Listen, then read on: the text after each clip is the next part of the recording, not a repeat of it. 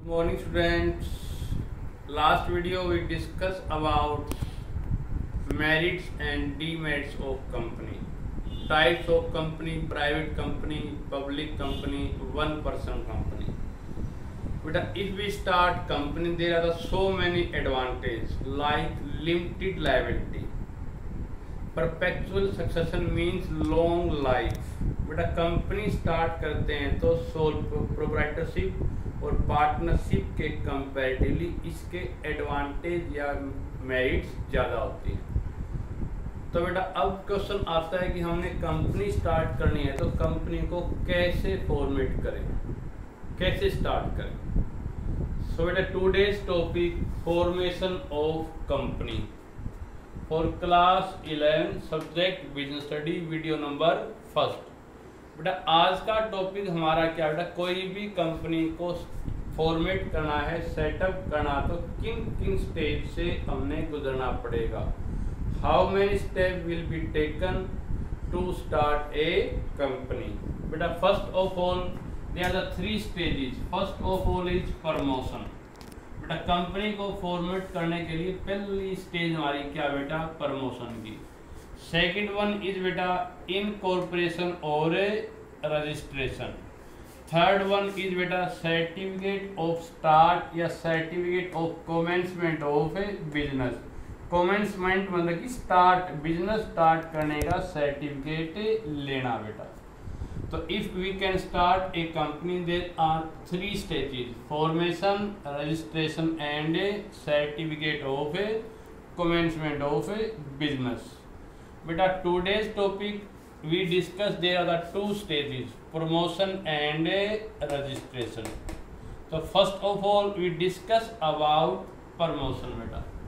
बेटा आज के दिन में कंपटीशन बहुत टफ है, तो सबसे पहले हमने यूँ नहीं कि कुछ भी माइंड में आया और हमने बिजनेस स्टार्ट कर दिया, ऐसा नहीं होता।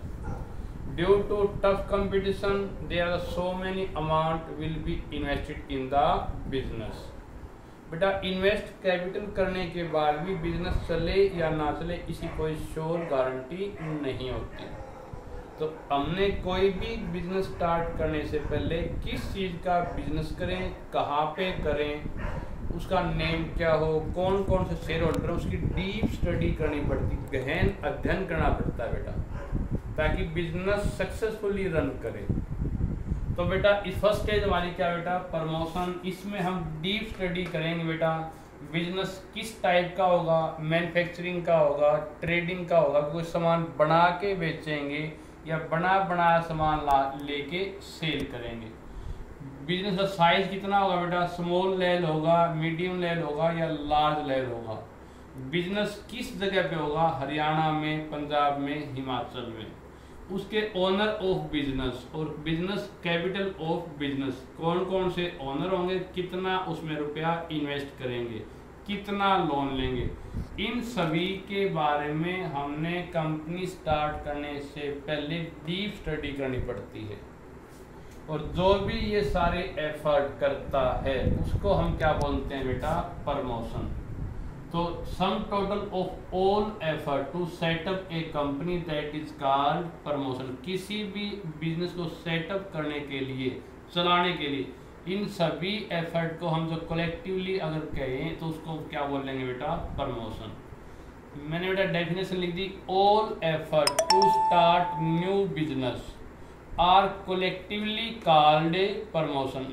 नए बिजनेस को स्टार्ट करने के लिए जो ये सभी एफर्ट किए गए हैं, अगर उनको कलेक्टिवली हम क्या बोलते हैं बेटा, प्रमोशन। और जिस पर्सन के मन में ये विचार आते हैं या जो भी पर्सन इनके बारे में डीप स्टडी करता है या उसको हम क्या बोलते हैं बेटा, promoter. A person who perform these function is called a promoter. तो प्रमोशन क्या होता है बेटा, किसी भी नए बिजनेस को सेटअप करने के लिए ये इनके बारे में हमने कलेक्टिवली एफर्ट किया और जिस पर्सन ने ये एफर्ट किए उसको हम क्या बोलते हैं बेटा, प्रमोटर। क्लियर है। अच्छा अब नेक्स्ट वन क्या बेटा, स्टेज ऑफ प्रमोशन। प्रमोशन में क्या क्या करना पड़ता है। फर्स्ट ऑफ ऑल तो बेटा डिस्कवरी ऑफ न्यू आइडिया, नए नए आइडिया होते हैं कौन सा बिजनेस करें जिसमें प्रॉफिट ज़्यादा हो, रिस्क कम हो, कंपटीशन कम हो। तो ऐसे हम नए नए आइडिया की डिस्कवरी करेंगे।